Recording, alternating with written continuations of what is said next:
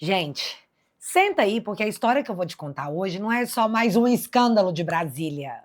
É um masterclass de cinismo. É o tipo de coisa que, se fosse roteiro da novela das 9, a emissora pediria pra baixar o tom, porque tá demais. Mas, como é real, a gente pode acompanhar os desdobramentos inacreditáveis. Hoje o assunto é a denúncia contra Lindbergh Farias, porque parece que o feitiço virou contra o feiticeiro. E o plano que era atrapalhar, na verdade, acabará ajudando bastante a eleição do Flávio. Amém. Além de que, se confirmada, Lindbergh pode ficar inelegível e desfalcar a tropa histérica do PT. Tá, tô falando demais. Deixa eu explicar o que rolou. Bora lá?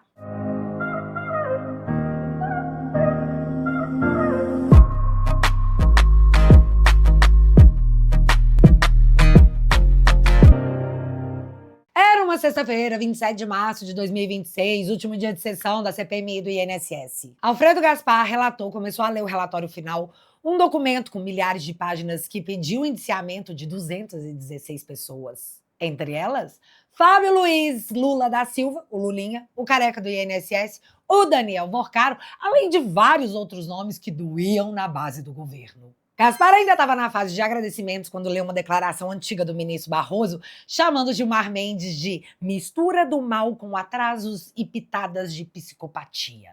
E aí depois ele chamou isso de poesia, o que não deixa de ser uma verdade.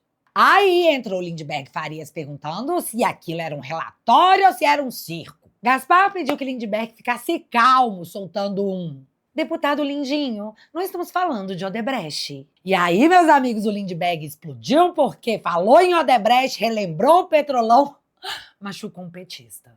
Foi quando o Lindbergh soltou o estorvador. Você entendeu, né? Aquele cara que se força numa mulher. A sessão, então, virou um bate-boca de bar de beira de estrada. O Gaspar rebateu dizendo que esturvou corruptos como Lindbergh, que roubaram o Brasil. Aí, no mesmo dia, e presta atenção, no mesmo dia, Lindbergh e a senadora Soraya Tronic, que não vai se reeleger nem para síndica de prédio, e isso é um fato, deram uma coletiva de imprensa e formalizaram uma notícia de fato na Polícia Federal. A acusação era de estupro de vulnerável. Uma suposta menina de 13 anos, vítima, resultando numa criança com hoje 8 anos de idade. E tudo teria acontecido em Alagoas. Bom, essa foi a denúncia. E essa coletiva, à época, ficou muito famosa, já que os microfones pegaram a Soraya e o Lindbergh combinando que ia falar. Exatamente, não queria que fosse assim. Mas aconteceu. Vocês acompanharam hoje pela manhã aquele bate-boca que houve na sala. Eu confesso aos senhores, às senhoras, que eu estava com aquilo entalado na minha garganta, porque há 2 dias eu fui procurado, e a senadora também tem essas informações, de denúncias gravíssimas. E nós acabamos de protocolar na Polícia Federal uma notícia de fato. Provas apresentadas publicamente? Nenhuma. Fortes indícios, eles disseram. Gravações, prints, mas sob sigilo. Nada foi mostrado perante uma acusação tão grave. Gaspar, no mesmo dia, já dizia que a denúncia do Lindbergh era uma cortina de fumaça numa clara tentativa de desviar o foco das investigações da CPMI. E olha só, o relatório foi rejeitado na madrugada seguinte por 19-12, com maioria governista. Mas eu sei que você não está surpreso com uma coisa dessas. Mas sobre essa denúncia, Alfredo Gaspar apareceu logo em seguida, negando tudo, óbvio, dizendo que a história existia, mas era de um primo, um tal de Maurício César, e ele teve uma relação consensual quando ele era ainda menor. A mulher envolvida nessa denúncia acabou gravando um vídeo dizendo em alto e bom tom: não sou filha de Alfredo Gaspar, não conheço o homem e, não fui esturvada por ele. Gaspar, então, ofereceu o seu DNA, colocou o material genético à disposição e implorou: façam um exame, a verdade científica, a prova absoluta. Nisso, Lindbergh e a Soraya insistiam que o Gaspar apresentasse o DNA e continuaram falando coisas absurdas, acusando o Gaspar de ser aqueles duendes que têm atração por crianças, o acusando de trabalho escravo e de suborno. As provas, segundo eles, estavam sob sigilo, sabe? Estão com a PF. E enquanto eles acusavam Alfredo Gaspar de todas essas coisas, ele dizia o seguinte: e o PT, no último dia, traz uma cortina de fumaça vil, abjeta, criminosa, e isso não pode ficar o dito pelo no dito. Foi protocolado aqui na casa, pelo Partido Novo, um pedido de suspensão cautelar do mandato do senhor Lindbergh Farias na Corregedoria, e foi também protocolado um pedido de cassação de mandato por quebra de decoro pelo mesmo partido em relação ao senhor Lindenberg Farias aqui na Câmara dos Deputados. O Partido Liberal, partido do qual eu faço parte, já aprontou uma representação à corregedoria também pedindo a suspensão do mandato da senadora Soraya Tronic e também vai protocolar no Conselho de Ética do Senado um pedido de cassação por quebra de decoro. Da minha parte, hoje estive no Supremo Tribunal Federal, apresentei uma queixa-crime por calúnia contra esses 2 parlamentares, autores de atos criminosos, abjetos, vis, por crime contra a honra. Fiz uma notícia-crime no próprio STF, solicitando uma apuração urgente por coação do curso do processo e por denunciação caluniosa. Fui à Procuradoria-Geral da República, fiz uma representação criminal por esses mesmos crimes. Estive na Polícia Federal, também acionei a Polícia Federal e falei por telefone com o diretor-geral da Polícia Federal, solicitando 2 coisas, que eu estou à disposição para quaisquer esclarecimentos, inclusive DNA, se assim entenderem cabível. E a segunda coisa, que eu quero celeridade. Eu quero que essa infâmia desmascare 2 criminosos que estão a serviço do PT para lançar uma cortina de fumaça. Foi muito grave. Nunca um parlamentar na história desta casa sofreu um ataque tão vil, abjeto. Essa ignomínia assacada contra mim na hora da leitura do relatório terá consequências políticas e jurídicas gravíssimas. Só que o caso ficou lá, quietinho.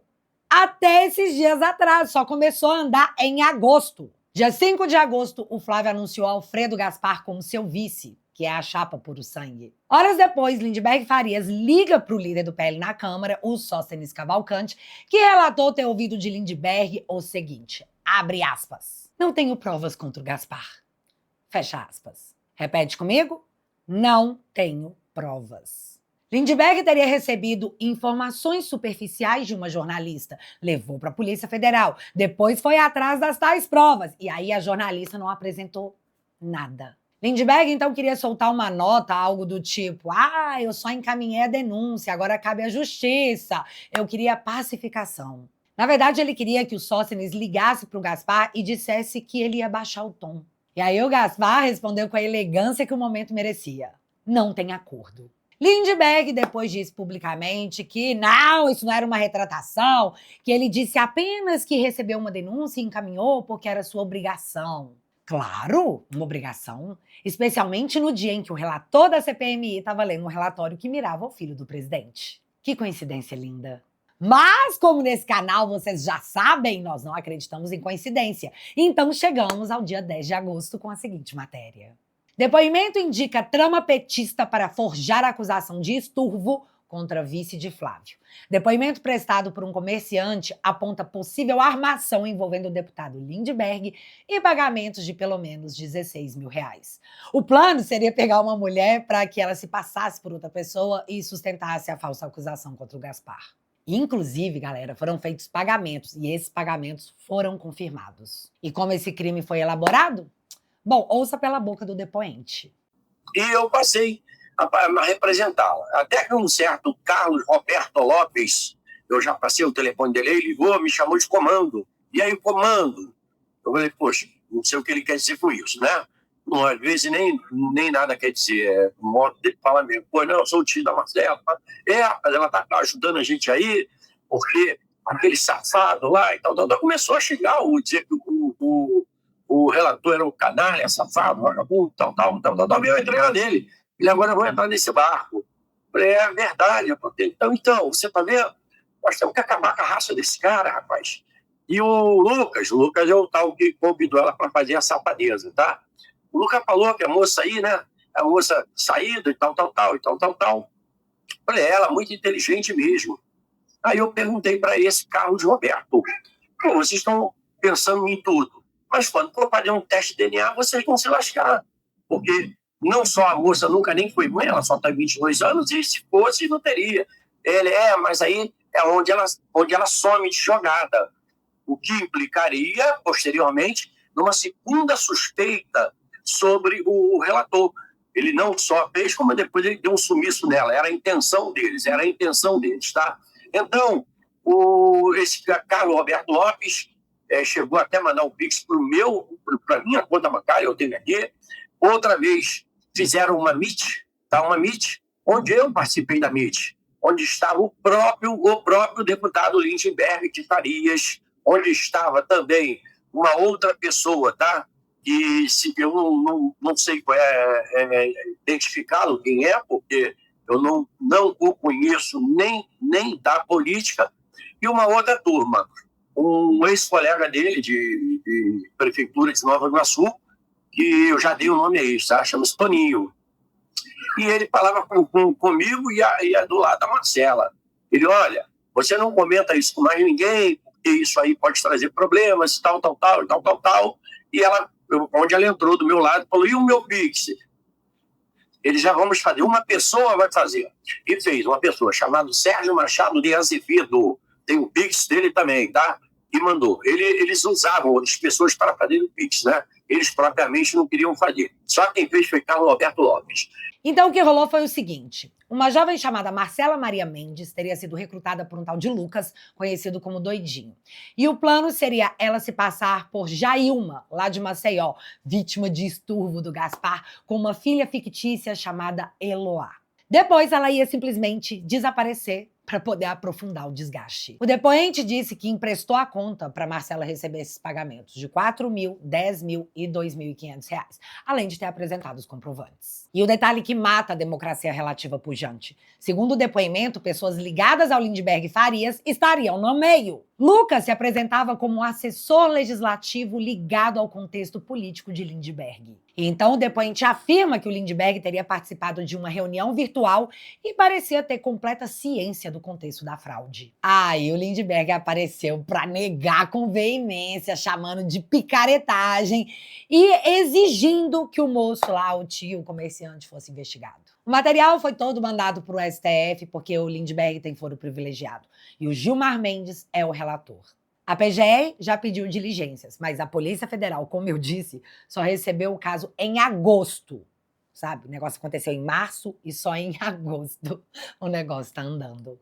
Por mais que o Gaspar esteja implorando por celeridade. E um detalhe importante, tá? Esse depoimento foi colhido em abril, depois que o Gaspar alertou a Polícia Legislativa. Ou seja, os caras estão sabendo disso desde o início do ano. E o atual momento do Brasil é que não é mais quem acusa que prova a acusação. É o acusado que precisa provar ser inocente, o que se tornou o novo normal do Brasil. Bom, o Código Penal brasileiro tem 2 artigos que parecem feitos sob medida para essa história. O artigo 138, que é o de calúnia, que é imputar falsamente a alguém fato definido como crime. A pena é de 6 meses a 2 anos, mais multa. E se for contra funcionário público no exercício da função, a pena é dobrada. E o artigo 339, que é o de denunciação caluniosa, que é dar causa à instauração de investigação policial ou processo judicial contra alguém, imputando-lhe um crime que se sabe inocente. A pena de 2 a 8 anos, mais multa. Se ficar comprovado que o Lindenberg e a Soraya sabiam, ou deveriam pelo menos saber, porque, meu Deus, isso é muito grave, que a denúncia era falsa e mesmo assim formalizaram a notícia-crime e a usaram publicamente no meio de uma sessão da CPMI, a denunciação caluniosa está configurada. A lei da ficha limpa torna inelegível por 8 anos quem for condenado por decisão transitada em julgada ou proferida por órgão judicial colegiado por crimes contra a administração pública, contra a fé pública ou por crimes que atentem contra a dignidade da justiça. Denunciação caluniosa é crime contra a administração da justiça. Calúnia em contexto político de abuso também pode fundamentar cassação e inelegibilidade. Se a justiça concluir que houve armação deliberada para destruir a honra de um parlamentar no exercício da sua função, usando uma acusação de esturvo de menor, a consequência natural e proporcional é a inelegibilidade de ambos. Não é opinião, é a lógica da própria legislação que a esquerda tanto celebra quando o alvo é a direita.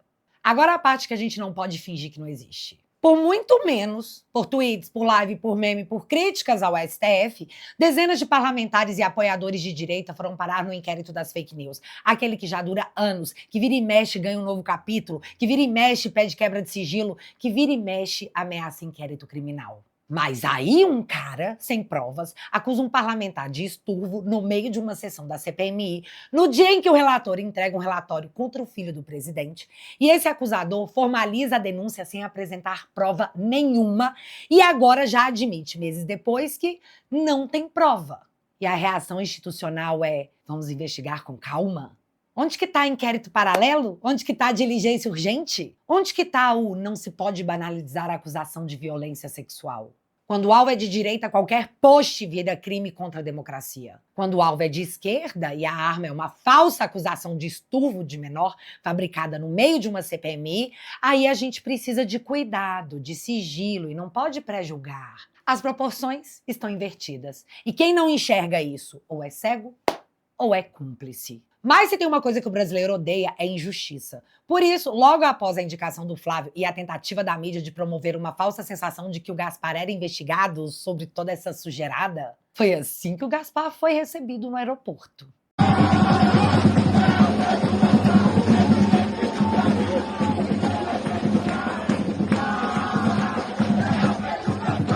E aqui tem uma matéria dizendo que o QG do Flávio aposta que esse caso do Gaspar virará ativo eleitoral contra o PT. Mas eu posso afirmar tranquilamente que não é apenas o QG do Flávio que prevê isso. A chapa Flávio-Gaspar ficou cabulosa. Por isso o desespero é proporcional ao fato. Lula e Flávio, na pesquisa dessa segunda, apareceram novamente empatados. 2026 sem Lula, sem Soraya e sem Lindbergh na política. E isso não é projeção de um sonho. Isso aí é o mínimo para quem espera justiça. Só isso. E antes desse vídeo acabar, eu quero agradecer demais a Ana e a Carmen, que se tornaram membros diamante aqui no meu canal. E eu queria primeiramente agradecer a confiança no meu trabalho. E na sequência, agradecer a companhia na trincheira que vocês me fazem. Vai ser difícil, mas esse ano é mais do que o ano da vingança. É o ano do recomeço. E nós vamos fazer isso acontecer. Juntos. Novamente, muito obrigada. E pera que cabe um último recado. Bolsonaro não chegou lá do nada. Ele foi levado, sustentado, carregado nos ombros do povo. Desde então a missão ficou clara. O próprio Barroso declarou em público: nós derrotamos o bolsonarismo! Mas nunca foi só sobre o Bolsonaro. Foi sobre todo o movimento. O verde e amarelo na rua. A mobilização do povo. Agora, eu não sei se você já se deu conta, mas tudo isso também faz parte da sua história. Porque assim, enquanto eles reabilitavam o Lula e perseguiam milhares de inocentes para criminalizar o maior movimento político da história do Brasil, você vestiu a camisa verde e amarela e permaneceu firme, ao lado do Bolsonaro. E aqui eu vou te falar uma verdade dura. Se quem esteve do lado certo da história não deixar o próprio testemunho, no futuro vai restar só a versão da esquerda que tentou nos derrotar. Mas isso não vai acontecer. E é por isso que a equipe do Te Atualizei está preparando um livro sobre a história do bolsonarismo. Um livro físico que vai estar nas bibliotecas de todo o país. Mas esse livro não precisa levar só a assinatura do Te Atualizei. Ele pode carregar o seu nome registrado dentro dele para sempre, como objeto de legado da sua vida. Uma herança para sua família. E aí que mora o mais bonito, porque daqui 50 ou 100 anos o seu neto vai abrir esse livro e ver o seu nome registrado na história. E ele vai saber em que lado a família esteve quando o bolsonarismo estava em jogo, num tempo em que ficar em silêncio teria sido bem mais fácil do que resistir. E aí vem o convite. Assinando os planos prata ou ouro, o seu nome vai aparecer impresso dentro do livro, na página de agradecimentos, com um título que ninguém vai poder te tirar: o de fundador dessa obra. E lá estará o seu nome, no mesmo documento que vai contar tudo o que fizeram contra o presidente Bolsonaro. E quem entrar no plano ouro recebe em casa algo feito para atravessar gerações na parede da sua sala. A placa de membro fundador do Te Atualizei. O que não é enfeite, é quase um brasão da nossa família. E como membro fundador, você ainda leva seu nome nos créditos dos meus próximos vídeos, acesso vitalício ao aplicativo e uma cadeira nas reuniões do Elite pra gente conversar e trocar uma ideia sobre tudo isso que tá acontecendo.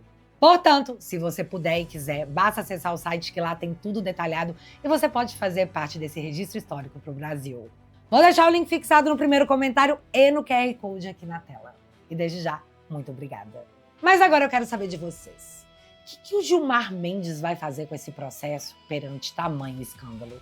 Me conta aqui nos comentários que eu quero saber. E se você ainda não é inscrito aqui no meu canal, meu amigo, se inscreve e deixa seu like, porque você já sabe. Acontecendo alguma coisa de relevante ou irrelevante, a gente volta. Beijos, galera. Fui. Muito tempo a gente esperou, viu o poder se fechar e calou. Mentira em rede se multiplicou e até pensar virou alvo e temor. Desumanizam pra impor, rótulo cola no opositor. Antes da lei vem o clamor e a vitrine cobre a dor.